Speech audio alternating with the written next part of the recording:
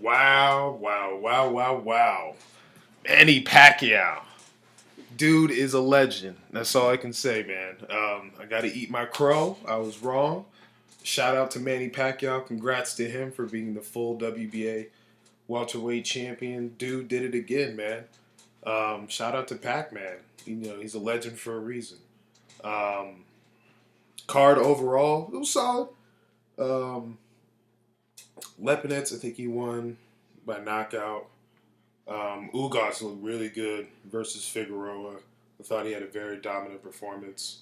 I think he's going to end up fighting the Earl um, Porter winner if Manny decides not to fight him, fight the winner. But Manny said he was going to try to go to the fight versus Earl and Sean. So I won't say never. I'm optimistic. I hope it does happen. Manny Pacquiao, man. Oh my God. Oh yeah, let me finish with the other fights first. So yeah, Lipinets won early knockout. Ugas won very impressively. Dude is for real. He's a really good fighter. Caleb Plant. I mean, we knew he was gonna destroy Mike Lee. Um, Caleb's a beast. I think him and David Benavidez is a fight that could be a super fight next year. Either next year or 20. Well, yeah, I think next year. I think that could be a huge fight. I would love to see it. I think Benavidez is fighting on the Earl Spence Porter undercard. Yeah, I think he is versus Anthony Durrell. I'm picking Benavidez to win that one. That would be a good fight. I like Benavidez a lot. Him versus Caleb. That's going to be a massive fight next year if all things go well. Trying to think who else was on the card. I'd be drawing blanks sometimes. I think that was it, mostly, right? So, on to Pacquiao Thurman. Wow. Manny Pacquiao, the first 4 or 5 rounds, it felt like vintage Manny Pacquiao. With the Pacquiao we watched when I was like a kid, like, Pacquiao Cotto, Pacquiao De La Hoya. I was like, whoa, like, I was getting flashbacks. Um, First 5 rounds, he looked great. Obviously, the first round with the knockdown, Keith actually wasn't doing bad the first round. Pretty nip and tuck, back and forth. I was probably leaning with Thurman in that first round until he got caught. Manny Pacquiao had a good succession of combination punches, which is what Manny does well.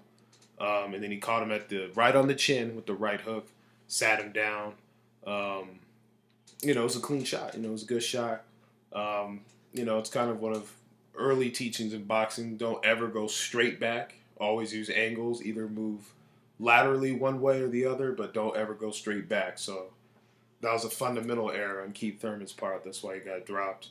Um, wow, it was a really fun fight. It was better. It lived up to what I thought it would be. There was a knockdown. I thought both would get knocked down, but actually it was just Keith that got dropped. Keith did hurt Pacquiao a couple of times, especially I want to say the seventh round, ninth round. He was catching Pacquiao. It seemed like Thurman did better. It was really a tale of two fights. First half it was the Pacquiao show, and the second half Keith Thurman was doing better. Not enough to win the fight, but in fact the way I scored it, I had Pacquiao winning the first 5 rounds, and then I gave Keith 6, 7, 8, 9, and 11. I gave him those rounds. I was gonna give him round 10 until he got caught with that huge. I would say that probably the most impactful punch of the night was that body shot, that left hook to the body. Manny Pacquiao threw, and Keith Thurman's leg. His body looked like it shut down for half. It was crazy. I've never seen. Pacquiao really must got some thump because he hit Keith Thurman to the body so hard. His body did like a little like dance move. Like I don't it's hard to explain.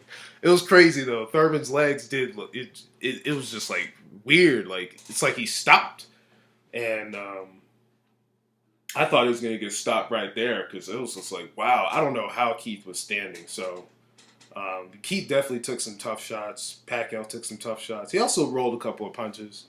Um, Pacquiao's tricky, man. I mean, the head move really he feints extremely well. He's one of the best in feints. His jab was crispier to me than Keith Thurman's. It's not that Keith had a terrible jab, but it wasn't AJ jab bad, but I don't know. It's like all of Keith's. It's kind of like the problems he showed when he fought Lopez, a little bit when he fought Danny Garcia or even Sean Porter. Is that it's like there's no steam on Keith Thurman's straight punches. Because if you watch the early part of the fight, it's like Keith didn't have any steam on his punches. I don't know if he was a little nervous or like he looked slow. Like he looked slow to me the first couple of rounds. Um, remind me of a couple of fights. Danny Jacobs had such a slow start versus Canelo, but in the second half it was like a totally different fight, and he actually ended up catching up. Like the first half it was mostly Canelo, but in the second half Danny Jacobs did better, but kind of too little, too late type of deal. And it was the same thing with Keith Thurman Pacquiao. It was like Pacquiao looked, '09, '10 Pacquiao, not '10, but you guys know what I mean, 2010 Pacquiao, and then right around the sixth, seventh round, once the pace of the fight started slowing down, that's when it started rolling towards more Keith. It felt like Keith was figuring Pacquiao out a little bit, but like I said, a little, too late. Um, Southpaw with the high guard, you got to land that straight right. And Keith, he doesn't. Actually, a lot of the top welterweights outside of Earl and Crawford or Floyd, they lack straight punches. Danny Garcia is really good with the left hook, right hook. Um, Sean Porter, good overhand right and a good, cool left hook. And you got Keith Thurman, who's better with his left hooks and right hooks. But they all lack straight punches. They all struggle with a consistent jab, especially a straight jab. And they don't have any straight punches, except for Earl, Crawford, and Pacquiao. So you have to land the straight right. Once you build momentum and landing the straight right, then you can start throwing hooks, uppercuts, even start throwing some, step to the side, check left hook them. If Pacquiao lunged in, I think Pacquiao was open for the uppercut all night, but Keith didn't really throw it. Um, so to me, Keith can only blame himself. Um, I don't know. It was just cool seeing a 40-year-old still, beat a 30-year-old in his prime. That's just like wow. Like he still got it. Yeah, if it was 2009, 2010 Pacquiao, that Keith may not have survived that fight, but um, you know, and I don't want to use the inactive excuse because he did fight Josito Lopez, and I do believe that yes, he got hurt in that fight, but he didn't look, bad. I actually thought he did better versus Pacquiao. And Pacquiao's a legend, But scorecards I thought were fair. 115 to 112. That's how I had it. Like I said, I gave Pacquiao the first 5, and I gave Keith rounds 6, 7, 8, 9, and 11. I gave him those rounds, and I gave Pacquiao. Round 10 was kind of nip and tuck until Pacquiao cracked him with that body shot, and Keith it almost looked worse with Pacquiao than it was with Collazo. Like, that was a rough body shot. And in the 12th round, it looked more like Pacquiao had more control of that round. So I thought the scorecards were fair, 115 to 112. One had Keith winning. I don't mind the split decision. I know some people are going to cry about it, but ultimately, as long as the right guy wins, that's what really matters. But I can't see. The only way you had Keith winning is if you had him basically shutting out Pacquiao the second half. But I can't see it that way because the 10th round was kind of back and forth. I mean, a lot of the rounds were back and forth. I think Pacquiao did some good veteran moves in terms of like rounds that were kind of close. He would steal them with like a flurry at the end of the round. So the last thing people remember is that Pacquiao went on, and he's the A side. He went on a nice little combination spree in a nip and tuck round, and they'll favor that to Pacquiao. So Pacquiao still got it, man. I was really impressed. I was kind of happy for him. I kind of feel for Keith. Even Pacquiao said he felt for Keith Thurman. It's tough taking your first loss. It's never bad losing to a legend. If you lose to Pacquiao, Floyd, or B Hop, or De La Hoya, there's no shame in that. You lost to a pound for pound legend. So um, I hope Keith comes back. I don't know if he will. Um, Pacquiao's got options though. I mean he's a legend, so he's free to do what he wants. Maybe he can try for the Mayweather 2 rematch. I mean, the fact that I'm really impressed with Pacquiao because I truly thought the fact that he kind of struggled with Bradley a little bit, and I was like, man, Bradley's a cool boxer, but Keith boxes a little better and he hits a little harder. So but triangle theories don't work in boxing. So um, so that's cool. Learning moment for me as well. So that's cool. Um, I really enjoyed the fight. It was really good. I think that was probably one of the better fights of the year, to be honest. So I have no complaints. As far as what's Pacquiao's future, like I said, free to do whatever he wants. If he wants to fight the Earl Sean winner, I would assume most fans would prefer that. But he could rematch Keith. It's not a bad fight. Um, because Keith did start to figure him out that second half. So you can't start slow versus Pacquiao. You can't. He's way too good of a fighter. Even at age 40, to have a slow start, you can't give up 4 or 5 rounds and think it's going to be sweet. It's cool that Thurman bounced back. Getting dropped early. Struggled heavily the first 4 or 5 rounds. Not that he was doing terrible, but it felt like Pacquiao had control of the fight. Pacquiao did the Ali shuffle at the end of the second round. The fans were eating that up. Um, it was cool though. It's just a good all around fight, man. There's no way you could watch that fight and not have been entertained. Both guys definitely brought it. Their styles clashed well, which I thought it would. Um, just wow.